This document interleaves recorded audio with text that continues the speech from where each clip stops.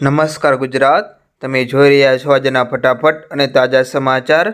તો આગળ સમાચારની વાત કરીએ તો અમેરિકામાં રહેનાર ભારતીયો માટે સારા સમાચાર આવ્યા, જેમાં હવે અમેરિકામાં રહેતા ભારતીયો એમના બાળકો અને જીવનસાથી કે પાર્ટનર પણ યુએસમાં કામ કરી શકશે અને આ માટે બાઇડન સરકારે એક મોટું પગલું ભર્યું, જેમાં અત્યારે યુએસ સેનેટમાં રિપબ્લિકન અને ડેમોક્રેટ્સ વચ્ચે લાંબી વાટાઘાટો બાદ નેશનલ સિક્યોરિટી એગ્રીમેન્ટ નામનો અત્યારે પ્રસ્તાવ પણ રજૂ કરવામાં આવ્યો છે।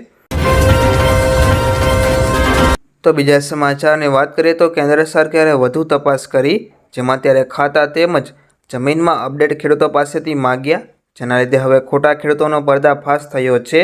વાત કરીએ તો એવા 327 ખેડૂતો એવા મળ્યા કે જેમના અત્યારે ટેક્સ પેયર્સ છે, તેમને મળતી અત્યારે રકમ પર રોક લગાવી દેવામાં આવી છે। અને હાલની વાત કરીએ તો ગત વર્ષ ઓગસ્ટથી નવેમ્બર મહિના સુધી કેન્દ્ર સરકારે આ 15મો હપ્તો જાહેર કર્યો છે, જેમાં અત્યારે 29,900 ખેડૂતોને જ રકમ આપવામાં આવી છે। બાકીના લોકોને અત્યારે અપ્રુવલ નથી મળી શક્યું। તો વડાપ્રધાન નરેન્દ્ર મોદી 22 ફેબ્રુઆરીએ ગુજરાતના પ્રવાસે આવી રહ્યા છે, તેઓ છે રાષ્ટ્રપતિ દ્રૌપદી મુર્મુ મોરબીના ટંકારામાં મહર્ષિ દયાનંદ સરસ્વતીના 200મા જન્મ જયંતિ નિમિત્તે યોજાનારા સ્મરણોત્સવમાં ઉપસ્થિત રહેશે। તેમજ વડાપ્રધાન નરેન્દ્ર મોદી 22 ફેબ્રુઆરીએ મહેસાણાના વિસનગર પાસે આવેલા તરણભના વાળીનાથ ધામમાં મહાશિવલિંગ છે તે સુવર્ણ શિખર મંદિરની છે તેઓ પ્રાણ પ્રતિષ્ઠા પણ કરશે। તો સ્પર્ધાત્મક ભરતીની તૈયારી કરતા ઉમેદવારો માટે મોટા સમાચાર આવ્યા, જેમાં અત્યારે ઓફિસ આસિસ્ટન્ટની 12 જગ્યા તથા અન્ય કચેરીઓની જુનિયર ક્લાર્કની 340 જગ્યા એમ મળીને કુલ 352 જગ્યાનો અત્યારે ફરી એકવાર વધારો કરવામાં આવ્યો છે। જ્યારે અત્યારે ગૌણ સેવા પસંદગી મંડળની ભરતીમાં આ જગ્યા અત્યારે કુલ થઈને 5,554 થઈ ગઈ છે, જે ભરતીની તૈયારી કરતા ઉમેદવારો માટે સારા સમાચાર કહેવાય। તો આગામી દિવસોમાં ધોરણ 10 અને 12ના વિદ્યાર્થીઓની બોર્ડની પરીક્ષાઓ 11 માર્ચથી 26 માર્ચ સુધી યોજાવાની છે। ત્યારે અત્યારે બોર્ડની પરીક્ષા પહેલાં અને પરીક્ષા દરમિયાન વિદ્યાર્થીઓ દ્વારા અનુભવાતા ટેન્શન અને માનસિક તણાવને લગતા પ્રશ્નોના નિવારણ માટે અત્યારે માર્ગદર્શિકા મળી રહે તે હેતુ માટે અત્યારે હેલ્પલાઇન નંબર શરૂ કરવામાં આવ્યો છે, જેમાં અત્યારે જિલ્લા શિક્ષણ અધિકારી કામિનીબેન ત્રિવેદીએ આ વિદ્યાર્થીઓને મૂંઝવતા પ્રશ્નો માટે ટેલિફોનિક હેલ્પલાઇન નંબર જાહેર કર્યો છે। તો ગઈકાલે લોકસભામાં પેપર લીક બિલ રજૂ કરવામાં આવ્યું હતું, જેમાં વાત કરીએ તો કેન્દ્રીય મંત્રી ડૉક્ટર જીતેન્દ્રસિંહે આ બિલ રજૂ કર્યું હતું, જેમાં વિધેયકમાં પેપર લીક કરવા માટે કડક સજા અને દંડની જોગવાઈ કરવામાં આવી। જો પેપર લીકના કેસમાં દોષિત ઠરાશે તો તે વ્યક્તિને 10 વર્ષની જેલ અને 1 કરોડ રૂપિયાનો દંડ થશે, તેમજ અન્ય ઉમેદવારની જગ્યાએ પરીક્ષામાં બેસવા ઉપર આકરી સજા થશે। વાત કરીએ તો પેપર લીક અને કોપીના કચા કેસમાં કેટલી સજા અને દંડની જોગવાઈ તે અત્યારે બિલમાં રજૂ કરવામાં આવી હતી, જે તમે અત્યારે વેબસાઇટના જઈને જોઈ શકો છો। તો અત્યારે અમદાવાદ શહેર હવે રોગચાળાની ઝપેટમાં આવ્યું છે, જેમાં અત્યારે શહેરમાં પાણીજન્ય અને મચ્છરજન્ય રોગો બેકાબૂ બન્યા। જો હાલની વાત કરવામાં આવે તો ઝાડા ઉલટીના 288 કેસ, જ્યારે જેન્ડિસના 97 કેસ સામે આવ્યા, તો બીજી તરફ ટાઇફોઇડના 186 અને કોલેરાના 7 કેસ નોંધાયા છે। તેમજ અત્યારે ઠંડી પડતી હોવા છતાં મચ્છરોનો ઉપદ્રવ પણ યથાવત રહ્યો છે, જ્યારે અત્યારે ડેન્ગ્યુના 36, સાદા મેલેરિયાના 9, ઝેલી મેલેરિયાના 5 કેસો નોંધાયા છે। હજુ પણ આ કેસો વધવાની અત્યારે શક્યતાઓ દેખાઈ રહી છે। તો અત્યારે આપણે ડુંગળીના ભાવ વિશે વાત કરીએ તો રાજકોટના જૂના માર્કેટ યાર્ડમાં ડુંગળીના નીચા ભાવ 120 રૂપિયા પ્રતિમાં એટલે કે 6.5 રૂપિયા પ્રતિ કિલો મળ્યા હતા। હવે વિચારો કે આજના સમયમાં 6 રૂપિયાની તો મળતી બાળકની ચોકલેટ પણ નથી મળતી, ત્યારે આટલા નીચા ભાવે ખેડૂતો પોતાની ડુંગળીના પાક વેચવા માટે અત્યારે મજબૂત બની રહ્યા છે। શું તમારા વિશે આનો નિવેદન છે તે નીચે કોમેન્ટ કરીને જરૂર જણાવો। તો અત્યારે ભારતીય રિઝર્વ બેન્કે 29 ફેબ્રુઆરીથી Paytm payment bank account wallet ઉપર પેમેન્ટ સ્વીકારવા અત્યારે પ્રતિબંધ મૂક્યો છે, જેમાં તમે 29 ફેબ્રુઆરી પછી તમે પેટીએમ પેમેન્ટ બેંક ખાતા વોલેટમાં પૈસા જમા કરાવી શકશો નહીં। જોકે તમે અત્યારે 29 ફેબ્રુઆરી પછી પણ તમારા બેલેન્સમાં રહેલા પૈસા ઉપાડી શકશો। વાત કરીએ તો રિઝર્વ બેંકના નિયંત્રણો ઉપર તમારા વર્તમાન બેલેન્સ ઉપર કોઈ અસર નહીં પડે અને પેટીએમ પેમેન્ટ્સ બેંકમાં તમારા પૈસા પણ અત્યારે સંપૂર્ણપણે સુરક્ષિત રહેશે, પરંતુ તે 29 ફેબ્રુઆરી પછી કામ કરવાનું બંધ કરી દેશે। તો તો રાજ્યમાં લોકસભાની ચૂંટણી પહેલાં મોટા સમાચાર આવી રહ્યા છે, જેમાં અત્યારે બદલી બઢતી તેમજ વધારાના હવાલા સોંપવાની કામગીરી ચાલી રહી છે. વાત કરીએ તો છેલ્લા 3-4 દિવસથી રોજે રોજ એકાદ વિભાગમાં કે આઈએએસ અધિકારીની બદલી બઢતી કરવામાં આવતી હોય છે. ત્યારે આજે સૌથી વધુ 10 આઈએએસ અધિકારીઓને વધારાનો ચાર્જ સોંપણી કરવામાં આવી છે, જે ખૂબ જ અત્યારે ચૂંટણીમાં ઘાતક સમાચાર કહેવાય. તો મંદીમાં ફસાયેલા હીરા ઉદ્યોગને અત્યારે સારા વેપારની આશા બંધાઈ છે, જેમાં અત્યારે મંદી વળમાં ફસાયેલા હીરા ઉદ્યોગ માટે સારા સમાચાર આવ્યા. વાત કરીએ તો રફ હીરાનું વેચાણ કરતી ડી બીયર્સ કંપની અત્યારે જાહેરાત કરી કે રફ હીરાના વેચાણમાં અત્યારે વધારો થવા હોવાનો શક્યતા છે. તેમજ હાલ ડાયમંડ ઇન્ડસ્ટ્રી પરિસ્થિતિ સુધારતી દેખાતા ઉદ્યોગકારો માટે સારા વેપારની પણ આશા વ્યક્ત કરી છે.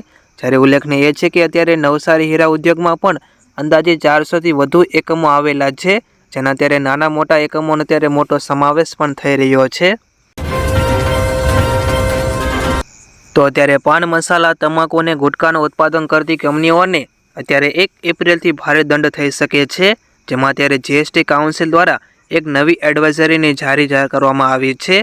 જેમાં તે અંગેની માહિતી આપવામાં આવી છે કે જીએસટી દ્વારા જારી કરાયેલ એડવાઇઝરી મુજબ તમાકુ ઉત્પાદનનું ઉત્પાદન કરતી કંપનીઓને 1 એપ્રિલથી જીએસટી અધિકારીઓ પાસે તેમના પેકિંગ મશીનોની અત્યારે નોંધણી કરાવવી પડશે.